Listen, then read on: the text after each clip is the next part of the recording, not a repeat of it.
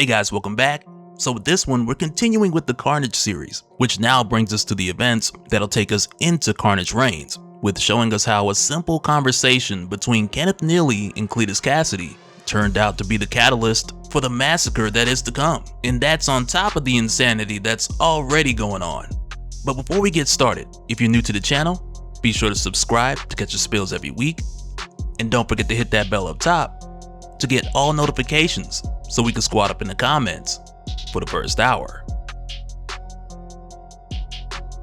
Alright, so for this one, we come back just after Kenneth Neely had betrayed the Carnage Symbiote when he realized the ridiculous scale of destruction that Carnage had set out to achieve, because murdering all of existence is a bit too much even for this lunatic, which is why he made his way to go see Cletus Kasady, with the hope that Kasady would know how to stop the Carnage Symbiote, since he was the original host. But with Neely making his way to Cletus's House of Horrors, it's not as welcoming and cuddly as he may have expected, because initially Neely tells Kasady that he is like him, which is something that we'll get back to in a moment as far as what Neely means by that. But as you would have guessed, Kasady's response to this stranger, it's pretty much like, you might have seen me in the street, but Neely, you don't know me. When you holler when you speak, remember, you don't know me. Because he goes on to tell Kasady that he's the artist and how he transformed 33 people, only for Kasady to slap his hand away and more or less tell him to get his numbers up. And shortly after, he shows Neely a small example of how the two of them are not the same,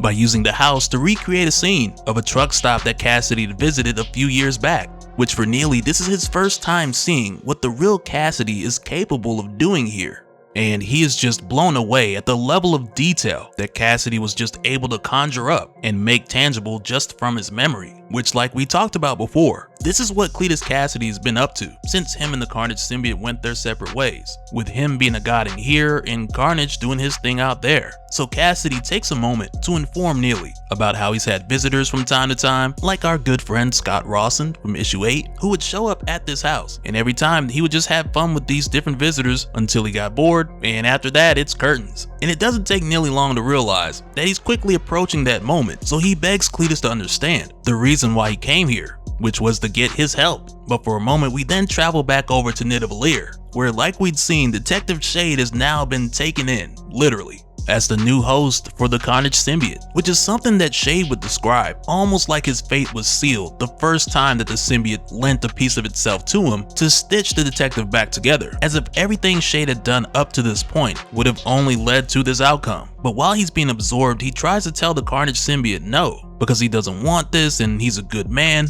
But Carnage just proceeds to take him in, while telling John that he's not a good man, he's a curious one.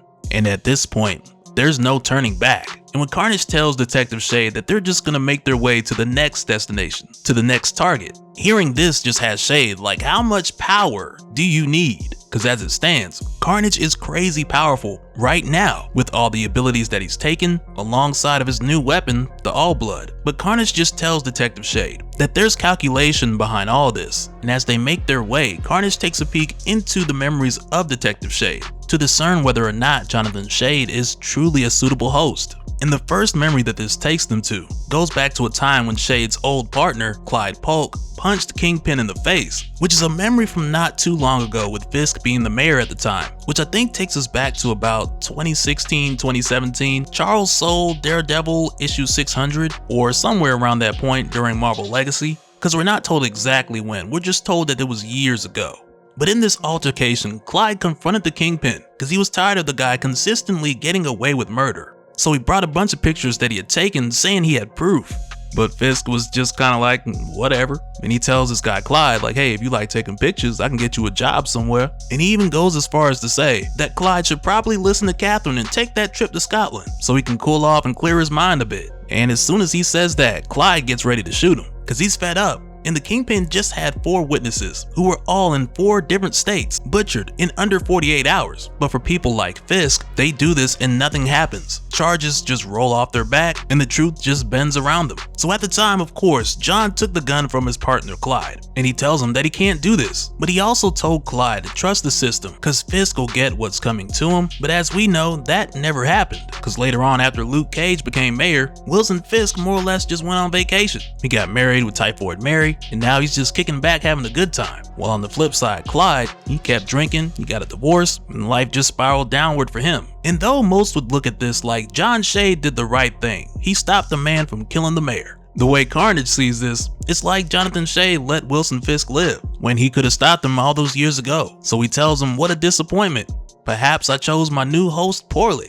But going back to Neely and Kasady, we find that Cletus is taking a moment to hear Neely out. And with Neely telling him the whole story of how Carnage is on his way to swallow the gods and make suns disappear out the sky. At first it seems like Kasady's not paying attention as he eats his homemade pancakes, but then he stabs Neely's hand and tastes a drop of his blood so that he can take a look at Neely's memories and get to know Neely a little better if he's to consider leaving with Neely and helping him out. And right away this causes the place to change into a memory from back when Neely was doing his artistry and he was preparing the body of the victim that we'd seen in issue 1. And while they're watching this, Kasady picks up this jar of butterfly larvae, which he sewed up inside of the guy so they would fly out later. But what's seen as Kasady asks, like, where'd you get this? And Neely tells him he got it from a guy he knows at the zoo, which right there just cracks Cletus up. So of course, with Ken being an artist, he's sensitive about these kind of things. So he slices Kasady's throat, only for Kenneth Neely to quickly regret it shortly after, because he then takes off telling himself that that was just dumb. Cletus Kasady was the only guy who could have helped, and now he's possibly dead. And while he's running with the scalpel, he thinks for a minute like, yeah, I should probably leave this here, which in theory is a good idea. But when he tosses it back to get rid of it,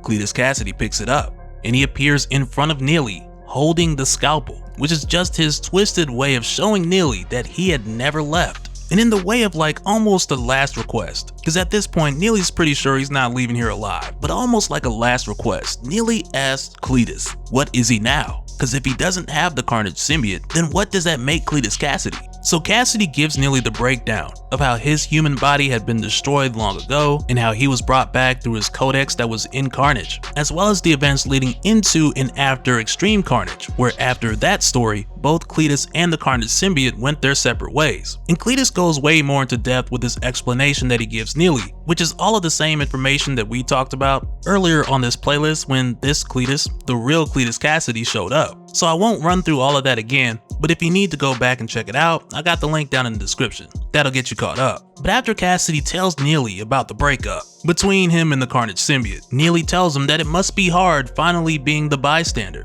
which right there just has Cletus like, what are you talking about? But Neely goes on to tell him, all these years you've been playing to an audience of one, something closer than a symbiote or a twin brother, which right there has Cletus warning Neely to choose his words carefully. But at this point, Neely don't even care, because what's Cletus gonna do, kill him? He's made it clear he's about to do that anyway. So Neely goes on and he gets more specific by telling Cletus when him and Carnage were together, there was no distinction between the both of them. And now that Cletus doesn't have Carnage, Neely asks again, what are you? What are you without the Carnage Symbiote? Which goes beyond just asking Cletus how he's able to do what he's doing, which is what Cletus thought Neely was asking initially.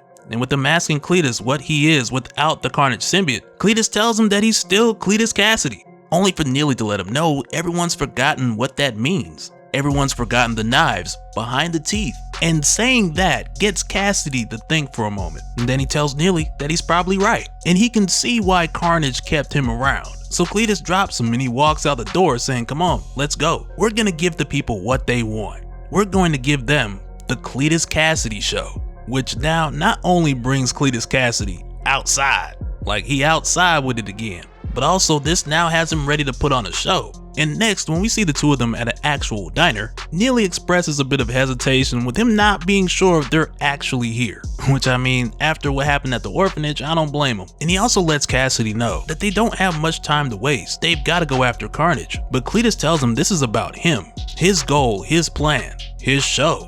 Which gets to popping off in just a bit. Cause first, Cletus starts yelling about their order taking forever, so one of the guys there tell him to bring it down a notch and to just be patient cause he's eaten enough already. And then Neely asks this guy if he's ever heard of Cletus Kasady. And the guy's like, yeah, I've heard of who that is. You mean Carnage, right? And with Cletus, who's sitting right there, he says he's tired of people always confusing them, and perhaps this will help. So he shows his teeth, so to speak, and he tells this guy that he's the nasty one. just before taking him out. But also with Kasady doing the whole tasting blood and looking at memories thing, which now has become a part of the Cletus Kasady show. With him doing this, he discovers that the guy he just decapitated, as well as a few others there, had a lot of stuff going on, like Dominic, who left the diner to open a record store, but his rent shot up so that didn't work out and he had to come back and work at the diner. And then you have Kurt, who was planning on cashing out his 401k so he can buy Todd's diner, but that's no longer going to be happening because Kurt doesn't have a head. And really the wild thing about all this with the Cletus Kasady show is that not only is he putting on a show for others to know who he is, but also with him tasting these memories, it's like that's the content he's consuming for that audience of one,